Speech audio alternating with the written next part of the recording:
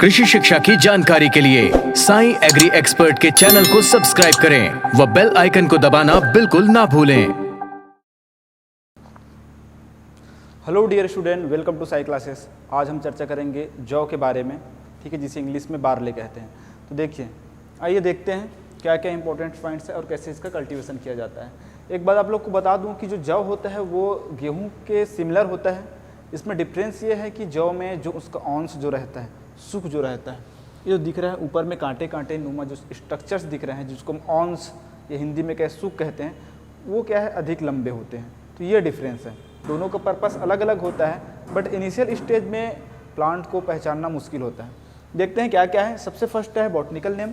तो जो जौ बार्ले का जो botanical name Hordeum vulgare, family Gramineae Poaceae, उत्पत्ति स्थान इथोपिया, साउथ अफ्रीका, ठीक है, ये एक इनका कॉमन पॉइंट है। ये तो आपको सभी क्रॉप को याद करना पड़ेगा। नेक्स्ट देखते हैं क्लासिफिकेशन। वर्गीकरण में क्या क्या है, जैसे गेहूं की प्रजाति थी, गेहूं की 3-4 प्रजाति थी, वैसे ही क्या है आपके जौ के भी 3 स्पीसीज पाए जाते हैं। कौन कौन से? हॉर्डियम वल्गेयर, जिसको क्या है 6 रो बार्ले भी कहते हैं। इसमें क्या है 6 रो पाई जाती है। दिख रहा है आप लोग को, रो का मतलब ये है, ये क्या है आपका जौ है, ये 1 रो हो गया, ये 2 रो हो गया। तो ये जो रोज हैं ये क्या है 2 रो है, 1 रो 2 रो। तो जो हॉर्डियम वल्गेयर है, जिसकी खेती बहुत ज़्यादा की जाती है, इंडिया में सबसे ज़्यादा की जाती है, अदर कंट्री में भी इसी को उगाते हैं, तो क्या 6 रो होते हैं, मतलब सभी तरफ होते हैं, 3-3 रो का सेट होता है, ठीक है। वैसे हॉर्डियम डिस्टिकॉन, ये क्या है आपका 2 रो, ठीक है, ये आपको 2 रो जो बार्ले दिख रहा है वो आपका हॉर्डियम डिस्टिकॉन का है। उसी प्रकार थर्ड स्पीसीज है हॉर्डियम इरेगुलर।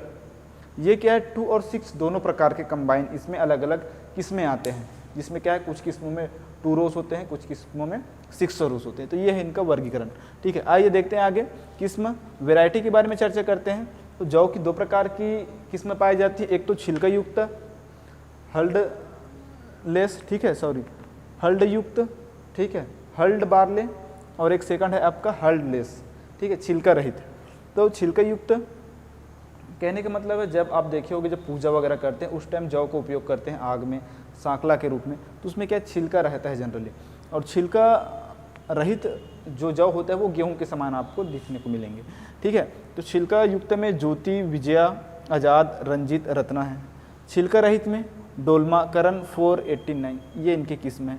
इसके अलावा लवण सहनशील किस्म, ठीक है, जौ जो है जितने भी आपके क्रॉप है उसमें सबसे ज़्यादा लवण सहनशील की श्रेणी में गिनी जाती है।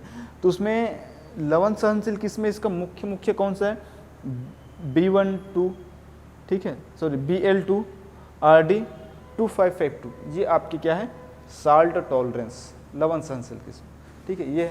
आइए आगे नेक्स्ट देखते हैं क्रिटिकल स्टेज, क्रांतिक अवस्था, जो कि आपके क्या है PAT एग्जाम में आ चुका है। जी आपके PAT एग्जाम में आ चुका है क्रांतिक अवस्था। ये क्वेश्चन था कि इनमें से जौ की क्रांतिक अवस्था है। 2 क्रांतिक अवस्था दिया गया था, कंसा और फूल आने की अवस्था को, ठीक है, और जो थर्ड ऑप्शन था उपरोक्त में से दोनों, जो लास्ट ऑप्शन था इसमें से कोई नहीं, ठीक। तो ये आप याद रखेंगे कौन कौन सी कंसा अवस्था, जब एक सीड से बहुत सारे और प्लांट निकलते हैं उसको टीलर्स कहते हैं। फूल, फ्लावर जब आना स्टार्ट होता है। दुधिया, जब उसमें मिल्क बनना, दाना बनना स्टार्ट होता है। ये 3 अवस्थाएं कितने कितने दिन के इंटरवल में, 30 डेज के इंटरवल में आ रहा है, आप इसे याद रखेंगे, ठीक है। नेक्स्ट देखते हैं क्या क्या इंपॉर्टेंट पॉइंट्स हैं। इंपॉर्टेंट पॉइंट्स में जो इनका इन्फ्लोरेसेंस रहता है, पुष्पक्रम रहता है, उसको स्पाइक, ईयर या हेड, जो गेहूं के समान होता है। गेहूं में भी सेम कहा जाता है, स्पाइक कहो या स्पाइकलेट कहो, ईयर या फिर हेड, ठीक। बौनापन ये होता है UZU, ये जीन होता है जिसकी वजह से क्या होता है बौनापन होता है। अदर क्रॉप गेहूं में भी बौनापन वो आपके नॉरिन 10 की वजह से होता है, ठीक। अधिक माल्टिंग गुणवत्ता वाली किस्म रेखा, जो जौ होता है उसमें एक स्पेसिफिक कैरेक्टर पाया जाता है जिसको क्या कहते हैं माल्टिंग कैरेक्टर। माल्टिंग क्या होता है, ये एक पेय पदार्थ होता है, ठीक है, जैसे कि वाइन्स बनाते हैं, शराब बनाते हैं, देखे होगे आप लोग, राइस को, चावल को भी सड़ा के माल्टा तैयार किया जाता है, ठीक। इससे क्या है एक नशीली पदार्थ केमिकल सीक्रेट होता है जो क्या है एक नशा के रूप में काम करता है। तो वैसे क्या है बार्ले का उपयोग अधिकतर माल्टिंग के लिए किया जाता है, माल्टा के लिए, ठीक है। सबसे अधिक लवण सहनशील फसल है, ये पॉइंट को आप याद रखेंगे, ये भी आपके PAT एग्जाम में आ चुका है। इनमें से कौन सी फसल लवण के लिए सबसे अधिक सहनशील है? तो वो आपका जौ।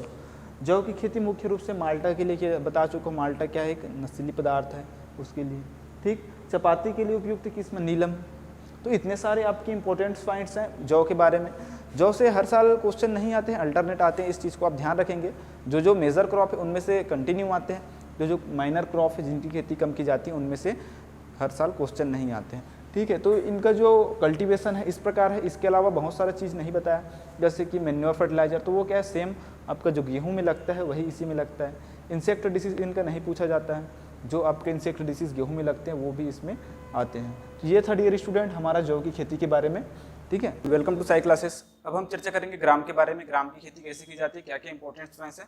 ग्राम को क्या है, काबुली चना, घोड़ा चना, बंगाल ग्राम आदि नामों से भी जाना जाता है। तो आइए देखते हैं। फर्स्ट है इसका बॉटनिकल नेम साइसर एरिटिनम, फैमिली है फेबेसी या फिर लेग्यूमिनेसी। उत्पत्ति स्थान है अफगानिस्तान या फिर पर्सिया। वर्गीकरण, हर फसलों की तरह भी चने का जो क्लासिफाई किया गया, ये भी दो प्रकार की प्रजाति पाई जाती है। जनरली आप लोगों ने खाया होगा सब्जियों में, एक छोटा चना होता है ब्राउन कलर का, जिसको हम लोग क्या है देसी चना कहते हैं, और एक बड़ा होता है जो व्हाइट कलर का रहता है, उसको काबुली चना। तो उसी के बारे में वर्गीकरण किया गया है। देखिए, देसी चना, ब्राउन ग्राम या फिर बंगाल ग्राम कहिए, इनका बॉटनिकल नेम साइसर एरिटिनम। भारत में सबसे अधिक उगाया जाता है, अधिक शाखित वाली, हाई ब्रांचेस रहते हैं। ठीक है, इसलिए नंबर ऑफ पोड अधिक लगते हैं, प्लस उपज भी अधिक आता है। काबुली चना, काबुली चना को क्या है व्हाइट ग्राम या फिर हॉर्स ग्राम के नाम से भी जानते हैं। बॉटनिकल नेम है साइसर काबुलियम। बीज बड़े और पौधे लंबे आकार के होते हैं। ठीक है, इसका जो बीज का साइज है बोल्ड होता है, बड़ा होता है, और जो पौधे अधिक हाइट होते हैं कंपेयर देसी चना का। उसके बाद देखिए किस्म है, किस्म में आपका वैभव, उज्जैन 21, ग्वालियर, मैक्सिकन बोल्ट, ये इसकी इंपॉर्टेंट किस्म है, इसे आप याद रखेंगे। मैक्सिकन बोल्ट आपके एग्जाम में भी आ चुका है। ठीक है, नाम से स्पष्ट मैक्सिकन बोल्ट, काबुली चना का ही किस्म, बोल्ट मतलब बड़ा। ठीक, आइए इसके बाद नेक्स्ट देखते हैं बॉटनिकल फीचर के बारे में। इनका डायग्राम नहीं बना रहा हूँ आप लोग के लिए, क्योंकि आप लोगों ने जनरली चने का प्लांट देखा ही होगा। ठीक है, तो देखिए बॉटनिकल फीचर में क्या क्या है। फ्रूट टाइप है, जो उसके फली का प्रकार है उसको हम लोग क्या कहते हैं, पोड कहते हैं। वैसे तो जनरली जो जितने भी लेग्यूम्स हैं उनकी जो फली को पोड ही कहते हैं। ठीक, नेक्स्ट आइए देखिए जर्मिनेशन, हाइपोजियल होता है। आपको बता चुका हूँ हाइपोजियल इपीजियल क्या होता है। जितने भी लेग्यूमिनस है, जितने भी दलहन वाली है, सब में क्या होता है इपीजियल, 4 दलहनी को छोड़ के। कौन कौन से, आपका ग्राम, रेड ग्राम, मटर और ग्राउंडनट, ये चारों को छोड़ के, चारों लेग्यूमिनस को छोड़ के सब में ईपीजीएल होता है। ठीक है, तो इसको याद रखेंगे। नेक्स्ट है रूट, रूट का प्रकार टेप रूट रहते हैं, मूसला जड़ी रहती है। ठीक, फ्लावर, इसको फ्लावर को रेसिमोस प्रकार का फ्लावर होता है, सेल्फ पॉलिनेशन होता है, C3 प्लांट है, और एक है लॉन्ग डे प्लांट की श्रेणी में आता है। ठीक, जितने भी विंटर सीजन के क्रॉप है सभी लॉन्ग डे की श्रेणी में आएंगे। ठीक, नेक्स्ट देखिए बीज दर, बीज दर में देसी चना, देसी चना क्या है 80 से 100 kg प्रति हेक्टेयर, और काबुली चना का 100 से 120। ठीक है, काबुली चना का जो साइज बड़ा होता है इसलिए क्या उसमें ज़्यादा वेट लगता है, तो आपका 20 से 40 kg अधिक बीज लगता है। नेक्स्ट आइए irrigation, irrigation is most important. ठीक है, चने में इरिगेशन बहुत इंपॉर्टेंट है, पीएटी एग्जाम में भी आ चुका है। कौन से क्वेश्चन आए बताऊंगा। तो 2 क्रांतिक अवस्थाएं होती है चने में, एक प्री फ्लावरिंग और एक पोस्ट डेवलपमेंट। ये दोनों समय हमको सिंचाई देना जरूरी है। चने में कौन से अवस्था में सिंचाई नहीं देना है, फूल आते समय। फूल आते समय अगर आप सिंचाई दे देंगे तो ये क्या है फ्लावर झड़ जाते हैं, तो इस बात का ध्यान रखें। यही क्वेश्चन आपके आया हुआ है पीएटी में कि चने में कौन सी अवस्था में सिंचाई नहीं दी जाती, तो कौन सी अवस्था है आपका फ्लावरिंग स्टेज। ठीक, नेक्स्ट आइए देखते हैं सोइंग टाइम एंड मेथड, क्या क्या मेथड है बुआई का और कब सोइंग करना चाहिए। ये क्या है रबी सीजन का क्रॉप है, रबी सीजन मतलब अक्टूबर नवंबर, ठंड के दिनों का काम, शीतोष्ण। ठीक, तो इसे आप याद रखेंगे कि रबी सीजन का क्रॉप है अक्टूबर नवंबर में, जिसका टेम्परेचर क्या है 20 से 25 डिग्री सेंटीग्रेड सूटेबल रहता है। नेक्स्ट है मेथड, मेथड 2 मेथड से की जाती है जनरली, एक तो छिड़काव विधि ब्रॉडकास्टिंग, और सेकंड लाइन सोइंग कतार विधि। ये दोनों मेथड से आप बुआई कर सकते हैं। ठीक है, नेक्स्ट सबसे इंपॉर्टेंट चीज है ढेले युक्त बीज सया बेस्ट रहती है। चने की कल्टीवेशन कर रहे हैं तो उसके लिए क्या ढेले युक्त बीज सया सबसे बेस्ट मानी जाती है। ठीक है, थोड़ा क्लाउडी रहना चाहिए जिससे क्या अच्छे से जर्मिनेशन हो पाता है, प्लस जो आपका चने का प्लांट है अच्छे से स्टेबल हो पाता है। तो ये इतने सारे इंपॉर्टेंट पॉइंट्स है डियर स्टूडेंट, इसे सब आप याद रखेंगे। इसके बाद और कुछ इंपॉर्टेंट पॉइंट्स हैं जो कि आपके ग्राम में की जाती है। टॉपिंग, ये आपके पीएटी एग्जाम में आ चुका है। इनमें से कौन सी फसल है जिसमें क्या निपिंग या टॉपिंग की प्रोसेस की जाती है। वैसे बहुत सारे फसल जैसे कि कॉटन में भी निपिंग या टॉपिंग की जाती है, अलग अलग क्रॉप में अलग अलग नाम से, किसी में निपिंग या किसी में टॉपिंग के नाम से या पिंचिंग के नाम से भी जानते हैं। तो ये निपिंग या टॉपिंग क्या होता है, जो ऊपरी कलिका जो होती है उसको रिमूव कर देना। रिमूव करने से क्या है आइट साइड का जो ब्रांचेस अधिक निकलने लग जाता है, इसी प्रोसेस को हम क्या कहते हैं nipping, removal of apical birds या रिमूवल ऑफ टिप। ठीक, तो ये है आपका निपिंग। ठीक, इससे क्या होता है, जो रिप्रोडक्टिव ब्रांचेस निकलती है उसमें नंबर ऑफ पोड अधिक लगते हैं। देखिए प्लांट हाइट 20 से 25 सेंटीमीटर का होगा, उस टाइम आपको निपिंग करना है। कितने दिनों का, अगर पूछते हैं कि प्लांट हाइट कितना, हमसे 20 से 25 सेंटीमीटर।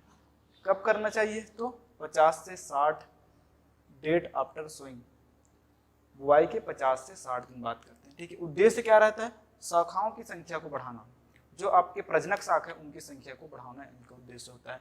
ये क्या प्रोसेस इसके दूर कर सकते हैं, या तो इसको हाथ से कर सकते हो आप लोग, क्योंकि बड़ा एरिया रहता है तो हाथ से करने में प्रॉब्लम होती है, इसलिए अपन केमिकल या भेड़ के झुंड के द्वारा भी कराया जाता है। भेड़ को झुंड के थ्रू करा सकते हो, भेड़ को आप चरा दीजिए पूरा, तो भेड़ के ऊपर के पोर्शन को ही फीड करता है, इससे एक निपिंग प्रोसेस हो जाती है। या फिर केमिकल का स्प्रे कर सकते हो, TIBA, ठीक है, ट्राई आइडो बेंजोइक एसिड जो होता है, इसका आप स्प्रे कर सकते हैं निपिंग के लिए। ठीक है, तो ये आपका मोस्ट इंपॉर्टेंट है ग्राम के लिए। नेक्स्ट देखिए खरपतवार नाशी, बासालिन पेंडामिथलिन, खरपतवार नाशी का यूज करना चाहिए, इस पॉइंट को आप याद रखेंगे। नेक्स्ट है उपज 20 से 25 कुंटल प्रति हेक्टेयर देसी में ज्यादा आता है, इससे पहले भी आपको बताया था। ठीक है, तो इतने सारे पॉइंट्स हैं। इसके अलावा आप लोग का ग्राम का लेट से बुआई करने पर इंसेक्ट, जिसको हम कहते हैं फली बेधक, पोड बोरर का अधिक प्रकोप होता है, इस पॉइंट को भी आप याद रखेंगे। ठीक है, कौन सा इंसेक्ट, फली बेधक, जिनका साइंटिफिक नाम है हेलिकोवर्पा आर्मिजेरा। ठीक है, तो इतने सारे इंपॉर्टेंट पॉइंट्स आप लोग को बताएं, इन सभी पॉइंट्स को आप अच्छे से रीड करिए। ठीक, थैंक यू।